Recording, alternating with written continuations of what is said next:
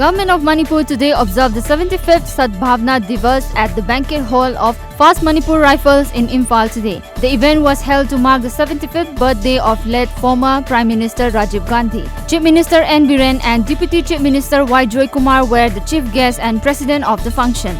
Forest and Environment Minister T.H. Syam Kumar, Chief Secretary Dr. Suresh Babu, high-ranking officials and other dignitaries were also attended the function. Forest and Environment Minister T.H. Syam Kumar, Chief Secretary Dr. Suresh Babu, high-ranking police official and other dignitaries also attended the event.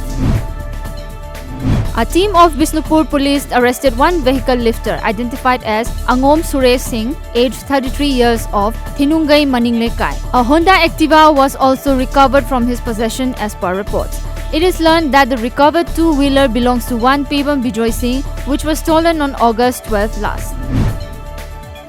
All Manipur Matam Isai Kanglub has urged all songwriters of the state to write songs acceptable to the society and not to copy outside songs and to use indigenous music instruments as much as possible.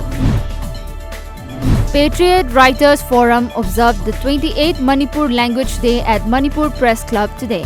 As a part of the observance, a book titled Ngaklo, edited by O.C. Meira, was released. Meira Paibis, local clubs and residents of Kaisamthong Hodam Leirang, Imphal has indefinitely shut the land connecting Mayai Lambi and Tidim Road, also known as Hodam Leirang in Kaisamthong, from today, following the alleged failure of the concerned authorities in restoring the road stretch despite repeated appeal from the students. Directorate of Language Planning and Implementation, Government of Manipur, conducted a one-day seminar on all Manipuri texts at the Jawaharlal Nehru Manipur Dance Academy, Imphal today.